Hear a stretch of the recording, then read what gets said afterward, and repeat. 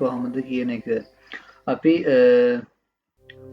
පරණ ඉමේජ් එකේ පාත් එක ඩේටාබේස් එකෙන් ගන්නවා. මොකද අලුත් එකක් දානවා නම් පරණ එක සර්වර් එකෙන් ඩිලීට් කරන්න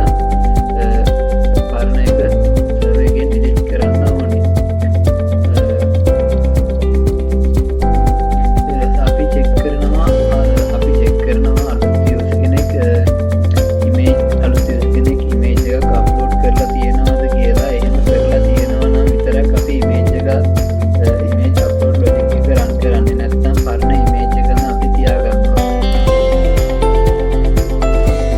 මෙතනදී අපි ඉමේජ් එකේ ටයිප් එක චෙක් කරනවා. සිකියුරිටි එක චෙක් කරනවා. ඊට පස්සේ යුනික් නමක් දීලා අප්ලෝඩ් ප්‍රොඩක්ට් ෆෝල්ඩර් එකට සේව් කරගන්නවා.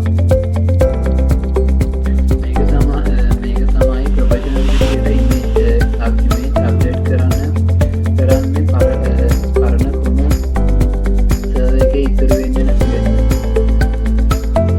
දැන් මෙතනදී අපි රෙඩි අප්ඩේට් කරගත්තොත්